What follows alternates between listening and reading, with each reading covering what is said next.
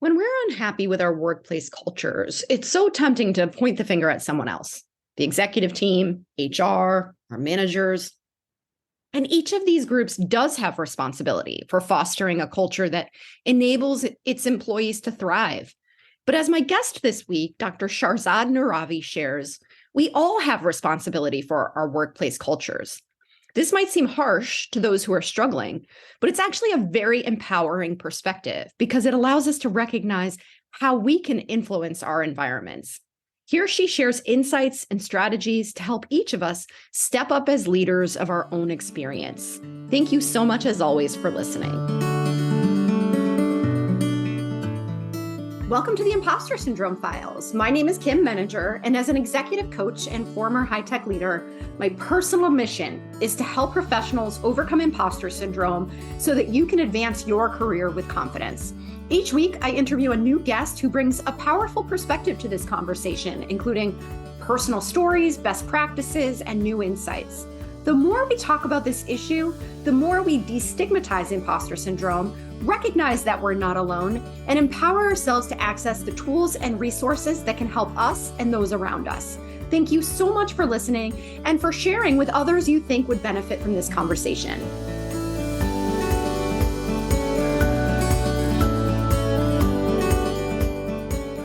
Welcome, Shahrzad. I cannot wait to have this conversation with you. Before we jump in, I would love to invite you to introduce yourself. Hello, thanks for having me, Kim. My name is Dr. Shahrzad Nooravi. I'm an organizational psychologist. I work with companies to help them strengthen their cultures, to make it an amazing place to work where people want to stay and give their all. And I know you've written a book and you're in the process of writing another one. Can you talk a little bit about the first book? Sure. So in my years of coaching really talented leaders, one of the things that they would ask me time and time again about shaping company culture is, tell me what to do. What are the steps I should take? The people that I work with, they have a lot of interest in management. They read a lot. And I thought, that was such a great question. How do I break it down into just doable steps, manageable actions? And so I wrote A Powerful Culture Starts With You, which is available in Audible, softcover, hardcover on Amazon. And I have a 3-approach model. It's very straightforward. The first one, and they're all acronyms. So the first one is watch it, and it's steps for how to look at your culture from a fresh set of eyes. The second one, drive it, is a coaching model. And for each of the steps, I have questions because most people are not going to be able to take hundreds of hours of coaching courses towards certification, but we all need to coach. So I really wanted to make it very simple to use. So that's the drive it model. And then the third model, walk it, is how you get your senior team aligned so everyone is walking the talk, living by their values, looking at the culture. And throughout the book, I have a lot of case studies where I'm coaching someone and you see the growth that happens and the questions I'm asking them, and then how they get to the point where they really claim their identity and their voice and then shift their culture. So one of the things that I love about what you share is the individual responsibility that we have for culture. And this has been a theme in a lot of the discussions that I've been having lately, because I think it's so easy to assume that there are these powerful forces around us that should be responsible for this, that, it's their job to do it. Maybe I'm pointing my finger at them and saying they're not doing a good enough job, or I am saying I'm just going to wait for them to fix the problem. Mm-hmm. What's wrong with that? It's part of the human condition. Sometimes we wait for others to handle our problems or a problem, and we'll spend a lot of time waiting.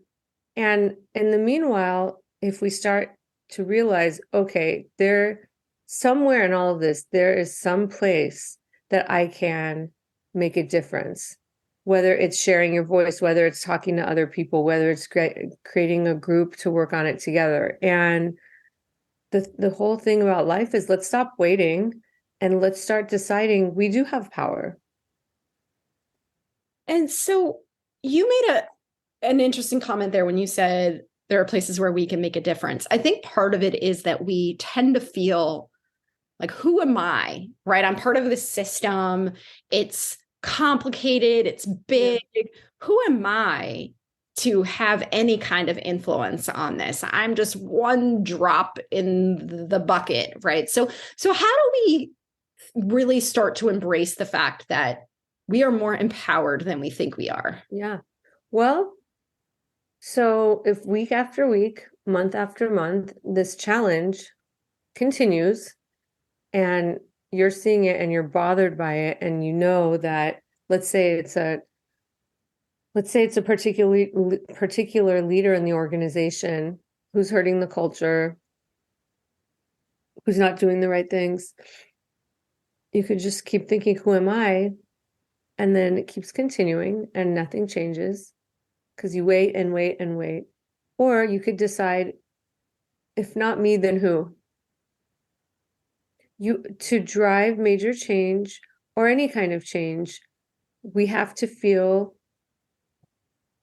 ready. We have to see that, okay, I'm really just universally upset with the situation.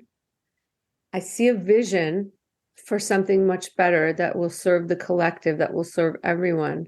And I have one small action I could take. And small actions create movements. And so it's to know, whatever happens, you tried, you spoke up more than once, you brought people together. There has to be a perseverance that comes with driving change, knowing that oftentimes people will be against it. And I'm happy to share a community project that I worked on that was very challenging, that a lot of people were against, but I used every skill I'd ever learned in my profession. Every fiber of my being went into this project because it was so important. So I'm happy at some point if you'd like me to talk about that. Yeah, sure. Go ahead. So my husband and I had moved to a neighborhood that we thought was very walkable. So there's some foreshadowing there. We believe in being able to have communities where people walk to the grocery store, to the coffee shops. Just walkable is so good for you. And the night that we unpacked and went to walk to dinner, I realized there's no way to cross the street. And this is hundreds of homes on one side, and then this major thoroughfare where there's a bike lane, 2 lanes, a middle lane, 2 lane. And it's supposed to be 35 miles an hour, but it's easily double that. And I realized there's no way to get across. And so we would wait in the middle for a few minutes, very scary, thinking someone might be on their phone and that might be the end of me. And after a week, my mom came to visit and I said, just, hang on to my arm. We're just going to cross and we'll just go slow. And she said, wait, what? Where's the cross light? I said, yeah, there isn't one right now, but it's okay. Let's just go slow. And we waited in the middle for 5 minutes, and it's so scary. And then we got across the street. I had nail marks on my hands. Oh. My mom turned to me and she said, you've got to do something about this. And it was something I already knew in my heart. I knew something's wrong here if people's lives are at risk and they're just literally trying to have the right to cross the street. So it became a years-long project where I partnered with my neighbors, with my community, with 2 city council members who termed out, and then a new one came, City Hall, the community. We were on the news. We were in the newspaper. We were doing email drives. We had a website. I mean, we had to create this change. And just so you know, 6,000 Americans a year are killed in pedestrian-related traffic accidents. And this includes people who have a light that's green, who are properly crossing, right? So imagine when you don't even have that. And the vision for me was not on my watch. Not on my watch. I cannot have any visitor or anyone who's a resident here die because of this. And it happens a lot. It happens a lot. And even during the time we were doing this in downtown San Diego, there was an area that residents were saying, you got, this is dangerous. This is dangerous. Someone got killed. And then 3 weeks later, they put up a light. So even in this process, I was seeing how dangerous this was and how real it was. And one of the things, one day I was having a stress cry with my dad, and he said, he listened to me just talk about how challenging it was, how difficult it was. And he says, don't give up, don't give up, don't give up. And it gave me the fortitude to keep going. And so many people before me had tried. They said, oh, we called the city council's office. We tried to do it. But sometimes the effort needs to be sustained over a long period of time. And we celebrated small wins along the way, like getting funding. And then 2018, we got our pedestrian activated cross light. Wow. Congratulations. And I just love so many parts of that story, because it would have been so easy for you to give up at so many points. Yeah. I was starting my business at that time. And so you're emotionally exhausted from everything it takes to keep that business alive. And then I'd have to come home at the end of the day and I'd have my handouts printed and then go to a community meeting and talk about it. And honestly, the last thing you want to do is go somewhere else. And some people in the beginning were against it and talk about it, and there's this pushing through, this perseverance, this belief in something bigger than yourself that helps you get through.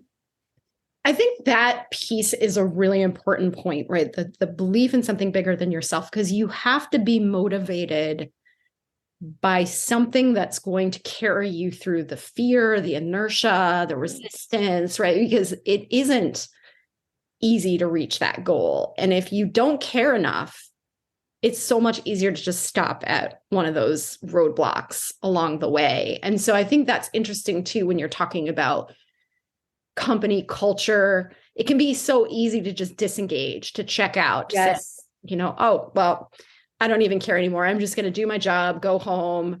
I can remember I worked in high tech for over 10 years. And your example of there being a toxic leader, I worked for a toxic leader for some time and everyone was complaining about it. And it was clear that this problem was not going away.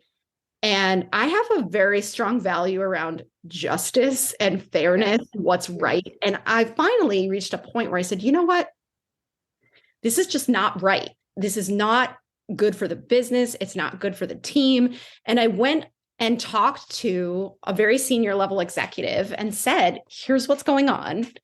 And, there are real implications for the business and for the team. And the problem was addressed. And I took a lot of pride in that. I'm not at all, going to claim full credit for that. I'm sure I'm not the only person who had that conversation with them, but once again, if nobody does it, if everyone just sort of accepts that is our fate and there's nothing we can do about it, then what's the incentive to change? Then nobody has the information. There's right. Someone somewhere must begin. Mm-hmm. And it's a risk and it takes courage, and you did it. And even if a few other people did it, it was likely worrisome, because a lot of times these leaders can have revenge. There could be repercussions, and there's something about deciding whatever the repercussions are, I have to do this. I'm going to document this. I'm going to speak up. And sometimes it could be around even trying to collaborate with that leader. In my second book, which is about elevating women, I have these different stories where one of the women has a department head that she's working with, and he's very difficult and grumpy and could be rude. And she sort of coaches him along, so there are times if we can break through to someone and build a relationship, that we could do it ourselves, believe it or not. And there are times you absolutely cannot, and it's an HR issue and you just have to report it.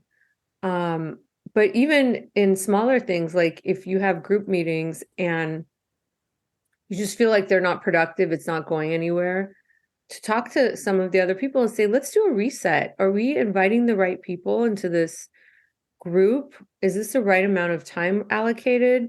Is this just a status meeting, or are we really tapping into the collective wisdom of the group? And I don't believe in just status meetings. I think when you bring people over, you should be creating ideas, group coaching, changing a process.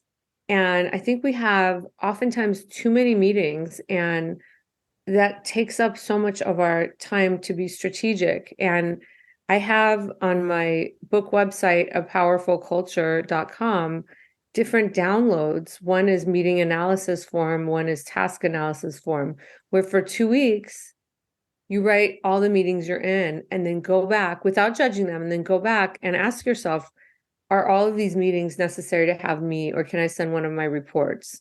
And then some of the meetings you could think, this seems too often. I wonder if I could talk to the person running the meeting and talk about the frequency, the duration, all of that. So we can't, I've had clients do this and they'll save up to 5 hours a week, which is exactly what you need to spend time on being strategic and looking at the big picture and taking that step back.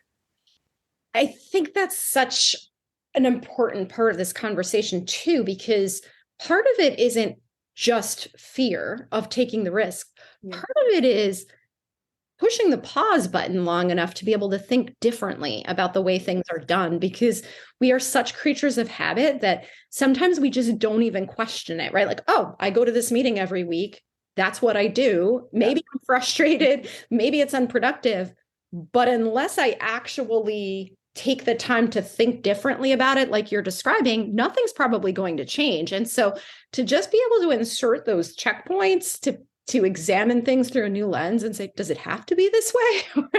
Is there another way to think about this? Can go a long way. It's about interrupting the pattern. Mm. Absolutely. Yeah. Can you say more about the new book? Yeah. So in the new book, I am speaking to women.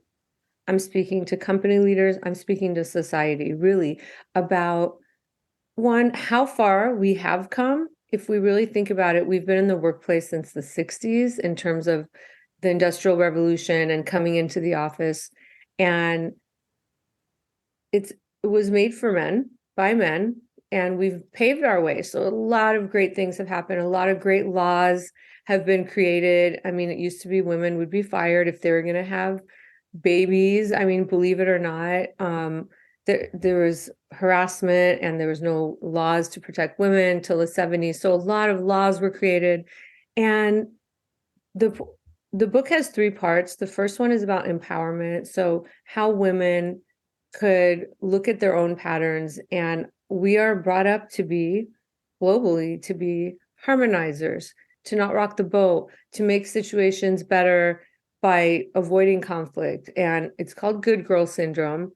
And the shadow side of it is we are not expressed. We don't speak up for ourselves. We don't stand up for what we think is right. And the bright side of it is females have a superpower in that we connect with others. And when a female is in a room, it's different. We change things up. And so the first part is empowerment, how to use your ability to connect, to change situations that need to be changed, to speak up, to have a voice. And I have 7 different stories where women did that.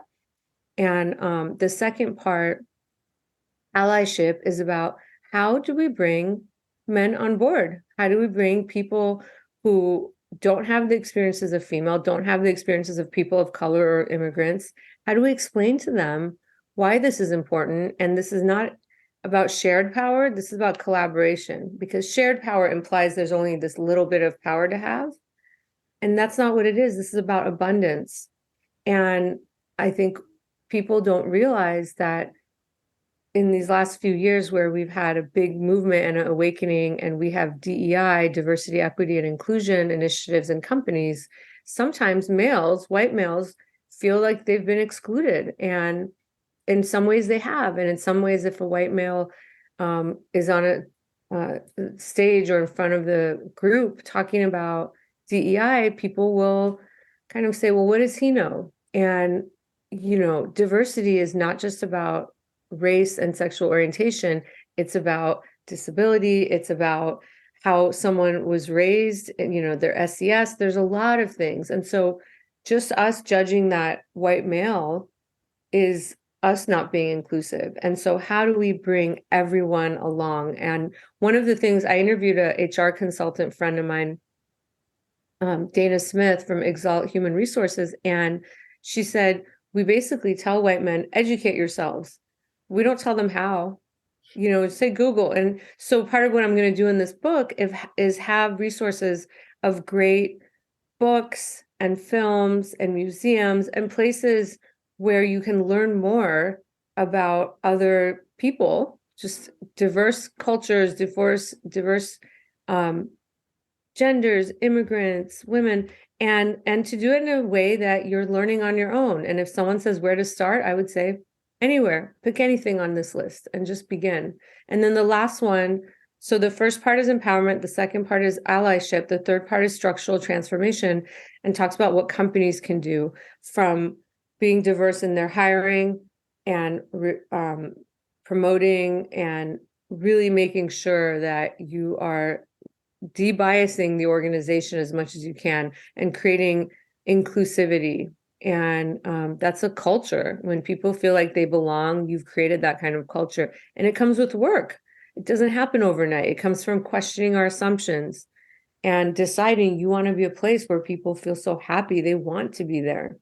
And one of the profiles of future CEOs is that they live DEI.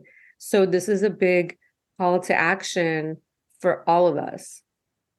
So I want to spend a little bit more time on the allyship piece for a minute, because I think you bring up a really good point. And this is something that I've experienced a lot in the work that I do as well, is that some of the unintended consequences of DEI initiatives is that they have created in some ways an us versus them mentality, whether that's around race, gender, et cetera. And I think that, at least in my experience, there are white men in particular who would love to be better allies, but they don't know how. They're afraid of getting it wrong. They feel like they're overstepping, or they're sort of not actually welcome into the conversation. And then there are others who feel like, why am I not getting this other type of support, right? And something's being taken away from me. And someone that goes back to your idea of there being a fixed pie that everyone has access to. So what are your thoughts on the best way to bring them into the conversation so that they feel not like they're there to be the savior of the other people, but more so that they have a vested interest in solving this problem, because we all benefit when we get to this next phase that you're describing? So one of the things that we can have people do is think about different areas in their life where there is diversity. So, for example, if someone has a child who's on the spectrum, if someone has a marriage that's mixed race and their children are mixed race, like all of these are ways that we are diverse.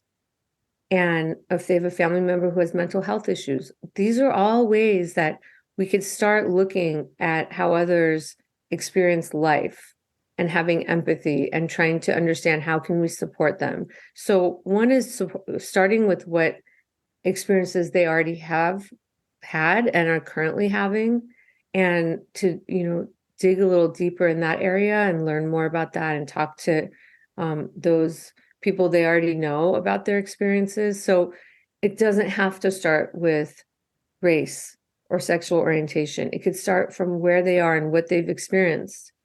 And then the other thing is, if someone is interested, I've shared resources. Like there's articles, there's a Harvard Business Review articles about why it's important to bring white men on to DEI, which I had always thought intuitively, because I think we should all be supporting it, but it goes through and talks about fears.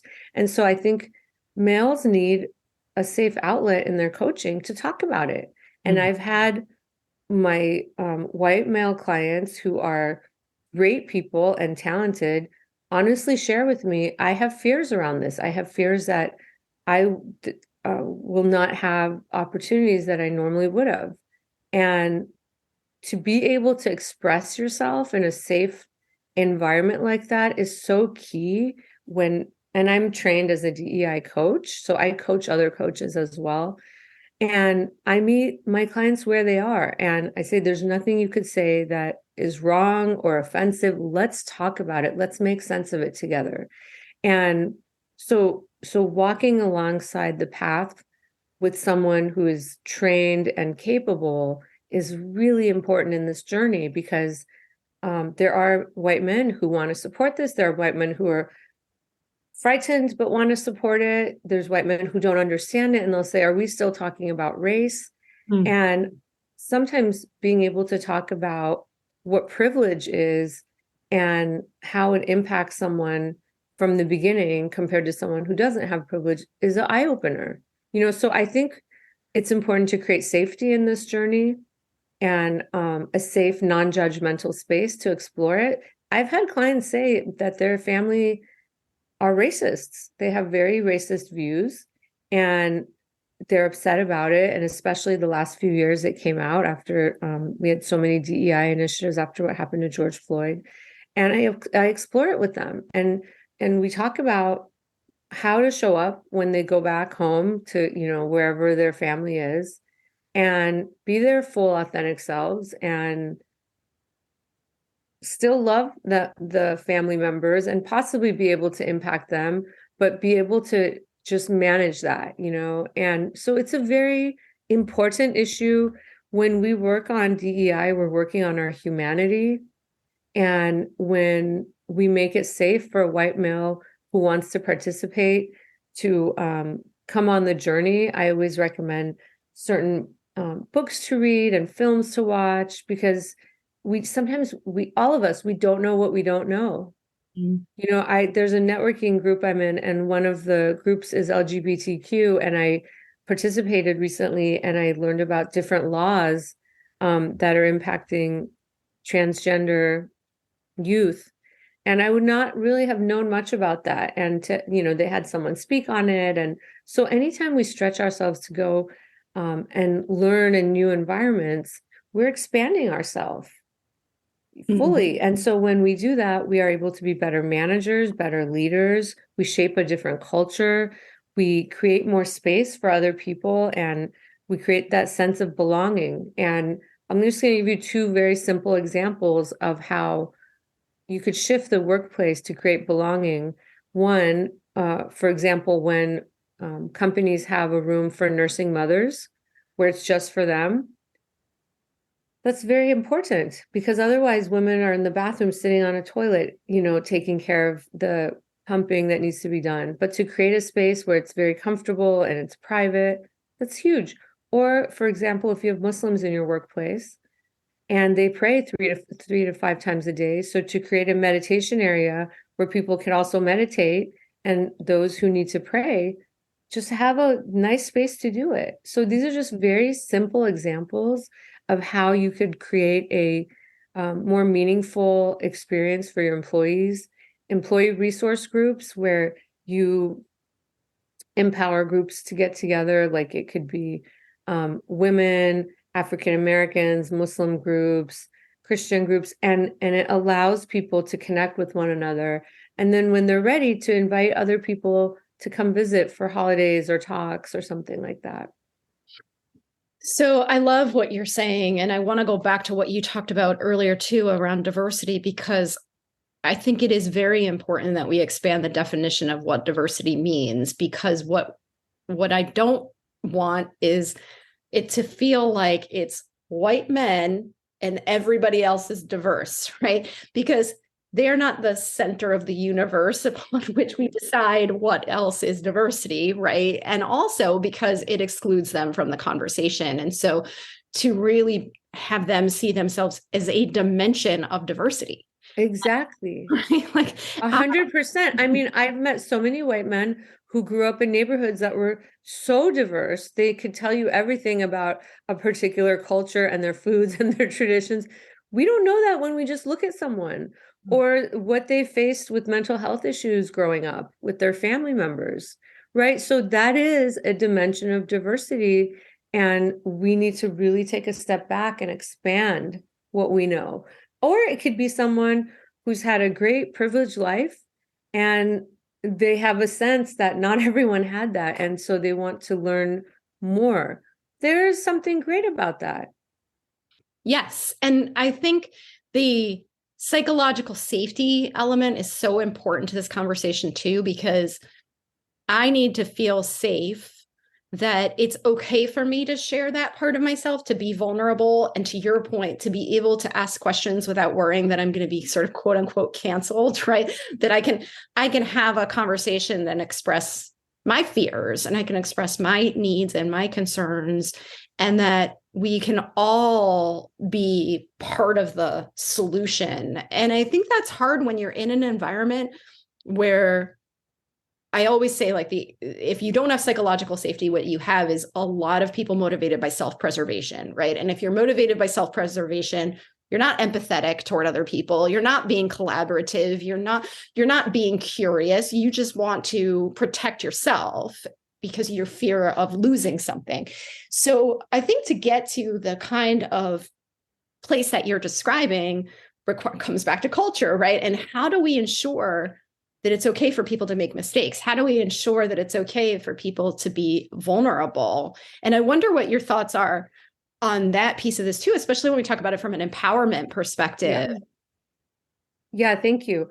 It takes a very skilled facilitator to facilitate a topic like DEI and make it safe and create a sense of belonging for everyone in the room. And to let everyone know, listen, there's white males here. They're not responsible for the terrible things that have happened in history. Okay, let's not project the shadow of what has gone wrong in this country on them. You know, that's like the same as when the pandemic hit and people were being unkind to Asians. What? Like, we need to take that step back. And so I think a excellent facilitator will create a space that is open and vulnerable, that lets people speak, that lets them know we're all here together. And even if there's someone who's been raised with views that are not inclusive, there's a reason for that, because this is passed on. Our beliefs and attitudes are passed on generation after generation. It's the air we breathe. It's the neighbors we're next to. It's the institutions we're around. It's the government who governs where we are. So we need to understand, because I had a lot of DEI workshops during COVID, and sometimes my clients would ask me, why is it that people are so comfortably racist and discriminatory against others? And I had a lot of these conversations where I say, let's take a step back and imagine your parents were like that, their parents were like that, their parents were like that, the neighbors, the area, the history of where you are. So it's becoming a part of your nervous system. It's becoming a part of your blueprint. And when you don't see diversity, and most people around you are thinking like that, that's the human condition. We just kind of immerse until we're then presented with something different. And we say, whoa, I never thought about it this way. And so the question is how to come at this with compassion and not like a forcing of, but a giving space for exploring of. That's a really important point. And it doesn't make it any less painful if you're on the receiving end of somebody's racism or, any kind of ism, right, in this context. However, it can be helpful in processing the experience, right? And in sort of empowering ourselves as well, because we can't control how other people show up. That's never going to happen, but we can control how we show up and how we respond to You can't drive out hate with hate. Right. Martin Luther King Jr. said that, and it still stands till the end of time. You will not teach someone that racism is wrong by being angry with them. It's if you have it in you to understand this is how they've been shaped, this is who they are today. It has nothing to do with you, even though they're saying negative things with you. So there's a part of this about self-love and self-preservation and understanding that the only way that there's a chance to shift this person's behavior is with kindness. Which is really hard in our polarized society today, right? Because we have such deeply entrenched camps on both sides of the aisle that people aren't talking to each other. People aren't listening to each other. People aren't empathizing with each other. There is this very strong belief that I am right and you are wrong, right? And you can see how that develops. And again, coming back to how we are as humans and how that can very easily take hold in any type of a system. We're not just talking about politics, within organizations, within communities, et cetera. So, just to kind of bring it back full circle to where we started with the idea of the empowerment piece and like, what can I do? And I loved what you said, if not me, then who, right? I was like, what's the first step? What's the first step for me? So for example, if there's someone who has certain behaviors that are not inclusive in the workplace, a first step, if you have any relationship with the person, could be to talk to the person. A next step would be to recommend that they get coaching, right? Because sometimes if people act like a boys club and they're very exclusive in that way, a lot of times people don't know. Mm-hmm. So how do we assume the best and try to help them or get them help?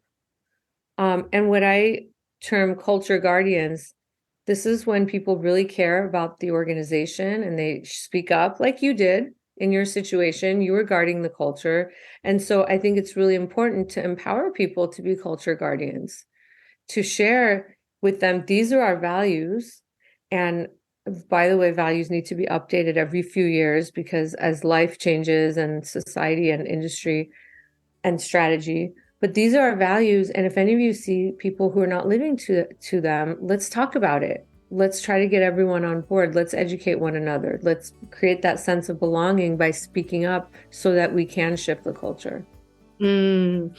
Wow, this is so powerful, Shahrzad. I really am so grateful to have the chance to have this conversation with you. And I would love to ask you, where can people find you if they want to learn more about you and your work?